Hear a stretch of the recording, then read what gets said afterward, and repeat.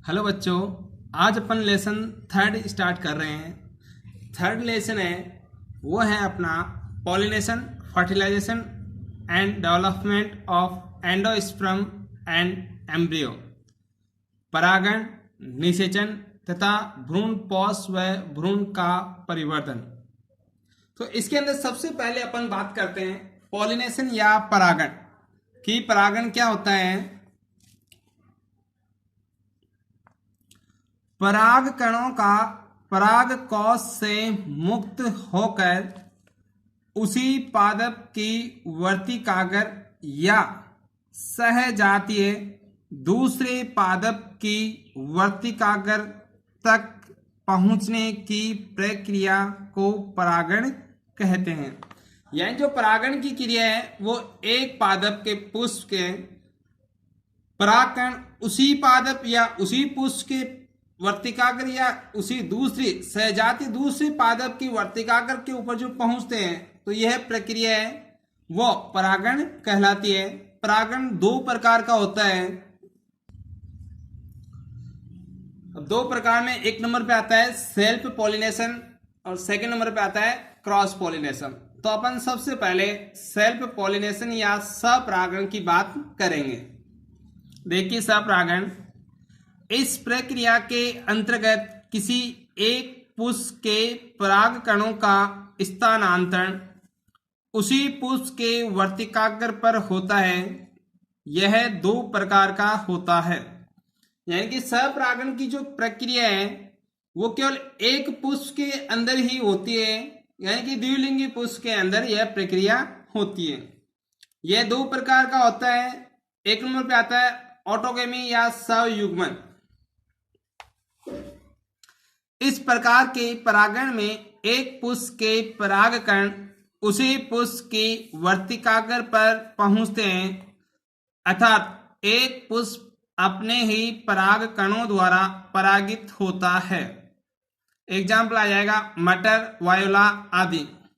यानी स्वयुग्मन के अंदर क्या होता है कि एक पुष्प के जो परागकण है वो उसी पुष्प की वर्तिकाग्र के ऊपर गिरते हैं, तो इसे अपन स्वयुग्मन कहते हैं। सेकंड नंबर पे आता है अपना सहजात पुष्पी परागण।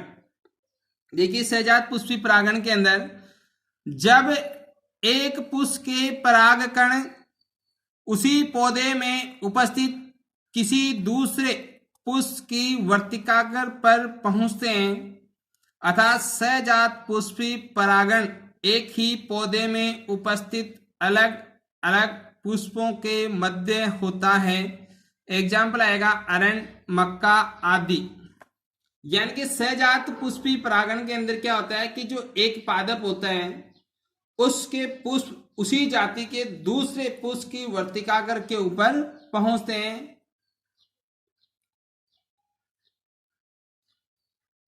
यानी एक पादप के पुष्प अलग अलग पुष्पों के मध्य परागण होता है, तो उसे अपन सहजात पुष्पी परागण कहते हैं।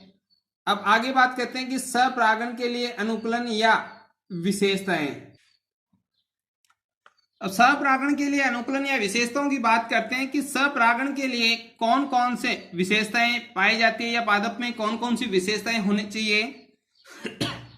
तो सबसे पहले आती है बाइसेक्सुअलिटी या उभयलिंगता। कि बाइसेक्सुअलिटी क्या है? ऐसा पादप जिस पर दोनों जननांग पुंकेसर व स्त्री केसर पाए जाते हैं उभयलिंगी पादप कहलाता है, जैसे नारियल, सरसों, गुड़हल आदि। यानी वे पादप जिनके अंदर नर जननांग और मादा जननांग दोनों एक ही पुष्प के अंदर पाए जाते हैं, तो उन्हें अपन उभयलिंगी पादप कहते हैं। तो स्वपरागण के लिए उभयलिंगी होना जरूरी होता है। सेकंड आती है समकाल पक्वता या होमोगेमी। ऐसे पादप जिनमें नर जनन अंग व मादा जनन अंग दोनों एक साथ परिपक्व होते हैं, इसे समकाल पक्वता कहते हैं। एग्जाम्पल आ जाएगा गुलबास, सदाबहार। अब समकाल पक्वता के अंदर क्या होता है कि एंड्रोसियम और गायनोसियम दोनों साथ साथ में परिपक्व होने चाहिए। यदि दोनों साथ साथ में परिपक्व नहीं होंगे तो उनके अंदर स्वपरागण की प्रक्रिया नहीं होगी, उनके अंदर फिर क्रॉस पॉलिनेशन की प्रक्रिया होगी। थर्ड नंबर पे आता है अपना क्लिस्टोगेमी या अनुन्मील्यता। कुछ पादपों के पुष्प हमेशा ही बंद रहते हैं, अर्थात यह कभी नहीं खिलते हैं। एग्जाम्पल हो जाएगा ड्रोसेरा, जंकस, कनकोआ आदि। यानी कुछ ऐसे पादप होते हैं जिनके पुष्प हमेशा के लिए बंद रहते हैं, वो कभी खिलते ही नहीं है। जब द्विलिंगी पुष्प होगा और वह बाहर नहीं खिलेगा या खुलेगा ही नहीं, तो उसके जो परागकण है वो उसी की वर्तिकाग्र के ऊपर गिरेंगे। ये हो गया अपना self pollination complete. Second number पे आता है अपना क्रॉस पॉलिनेशन या पर परागण। जब एक पादप के पुष्प के परागकण उसी जाति के किसी दूसरे पौधे के पुष्प के वर्तिकाग्र पर पहुंचते हैं तो इसे अपन पर परागण कहते हैं, या यह क्रिया पर परागण कहलाती है। पर परागण की क्रिया वायु, जल, कीट, पक्षी आदि द्वारा होती है। यानी कि जो पर परागण की क्रिया है वो एक पौधे से उसके पुष्प दूसरे उसी जाति के पादप के ऊपर गिरते हैं, तो दूसरे पादप के पुष्प के ऊपर गिरेंगे तो इसे अपन क्रॉस पॉलिनेशन कहते हैं। फिर आता है कि जो क्रॉस पॉलिनेशन है उसके लिए कौन कौन से अनुकूलन होते हैं। तो उसके अनुकूलन की बात की जाए तो सबसे पहले आता है अपना यूनिसेक्सुअलिटी या एक लिंगता। एक लिंगता की बात करें तो देखिए, कुछ पादपों के पुष्प एक लिंगी होते हैं, अर्थात एक पौधे पर एक ही जनन अंग पाया जाता है। एग्जाम्पल आ जाएगा पपीता, खजूर, ताड़ आदि। यानी क्रॉस पॉलिनेशन के लिए अनुकूलन के अंदर पहले आएगी अपनी एक लिंगता या यूनिसेक्सुअलिटी, यानी पुष्प के अंदर केवल एक ही जनन अंग होना चाहिए। यदि एक जनन अंग होगा तो, या चाहे आप मान लो कि एंड्रोसियम है तो गायनोसियम के लिए चाहिए, और गायनोसियम है तो एंड्रोसियम दूसरे पादप के होंगे। सेकेंड नंबर पे आती है सेल्फ स्टेरिलिटी या सबंध्यता। कुछ द्विलिंगी पादपों में परागकण उसी पुष्प की वर्तिकाग्र पर गिरते हैं लेकिन उनका अंकुरण नहीं होता है, इसे सबंध्यता कहते हैं। एग्जाम्पल आ जाएगा राखी बेल, अंगूर आदि। यानी कुछ द्विलिंगी पादप होते हैं, अब द्विलिंगी पादप के अंदर उसी पुष्प के जो परागकण है वो उसी की वर्तिकाग्र के ऊपर गिरेंगे लेकिन उनका अंकुरण नहीं होगा, और अंकुरण नहीं होगा तो फर्टिलाइजेशन की क्रिया भी नहीं होगी, तो इसके लिए भी क्रॉस पॉलिनेशन की आवश्यकता होती है। फिर आते हैं कि डाइकोगेमी या भिन्न काल पक्वता।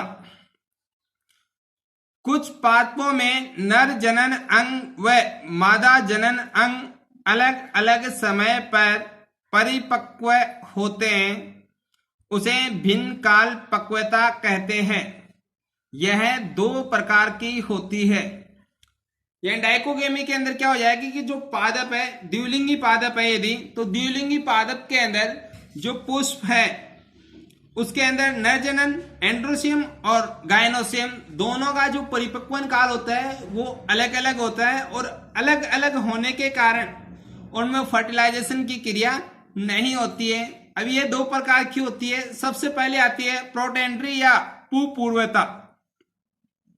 जब पराग कोष वर्तिकाग्र से पहले परिपक्व होते हैं तो यह स्थिति पुपूर्वता कहलाती है। एग्जाम्पल आ जाएगा गुड़हल, सूरजमुखी, आर्णी, गेंदा, कपास आदि। यानी पुपूर्वता के अंदर क्या होता है कि जो पादप के अंदर एंड्रोसियम है वो गायनोसियम से पहले परिपक्व हो जाएगा, और पहले परिपक्व हो जाएगा तो उसका अंकुरण पहले हो जाता है और निषेचन की क्रिया नहीं होती है। सेकेंड नंबर पे आता है अपनी प्रोटोगाइनी या स्त्री पूर्वता। अब स्त्री पूर्वता की बात करें तो देखिए, जब वर्तिकाग्र पराग कोष से पहले परिपक्व होती है तब यह स्थिति स्त्री पूर्वता कहलाती है। एग्जाम्पल हो जाएगा ब्रेसिकेसी, एम रोजेसी कुल के पादप। अंजीर, पीपल, बरगद आदि। अब स्त्री पूर्वता के अंदर क्या होगा कि जो गायनोसेम है वो पहले परिपक्व हो जाएंगे। अब पहले परिपक्व हो जाएंगे तो उसके अंदर जो परागकण है वो चाहिए और वो नहीं मिलेंगे, तो उसके अंदर क्रॉस पोलिनेशन की प्रक्रिया होती है। लास्ट आता है अपना हेटेरोस्टाइली या विषम वर्तिकात्व। कुछ पादपों में पुंकेसर वर्तिका से अधिक लंबे या अधिक छोटे पाए जाते हैं, जिसके कारण परागकण वर्तिका पर नहीं गिरते हैं। इसे विषम वर्तिकात्व कहते हैं। यानी कि विषम वर्तिकात्व के अंदर क्या होते हैं कि पादप के अंदर जो द्विलिंगी पुष्प है, यदि तो द्विलिंगी पुष्प के अंदर पुंकेसर वो अधिक लंबे हो जाएंगे या वर्तिका से अधिक छोटे हो जाते हैं। तो जैसे उनका परागकोश का स्फुटन होता है, तो परागकोश का स्फुटन होने पर परागकण है वो वर्तिका के ऊपर नहीं गिरेंगे। देखिए विषम वर्तिकात्र के अंदर कि जैसे मान लीजिए कि ये अपनी वर्तिका हो गई, ये अपना पुष्पासन हो गया। अब अपन बात करें कि इसके अंदर ये अपना परागकोश हो गया। तो अब इस परागकोश के जैसे ही परागकण छूटेंगे, स्फुटन होगा, तो ये दूर जाकर के गिर जाएंगे अधिक लंबा होने के कारण।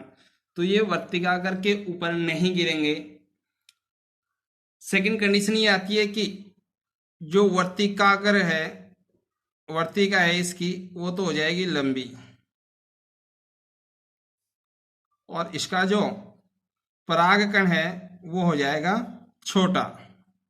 ये परागकण छोटा हो जाएगा तो इसके जो परागकोश से परागकण नीचे की ओर गिरेंगे तो ये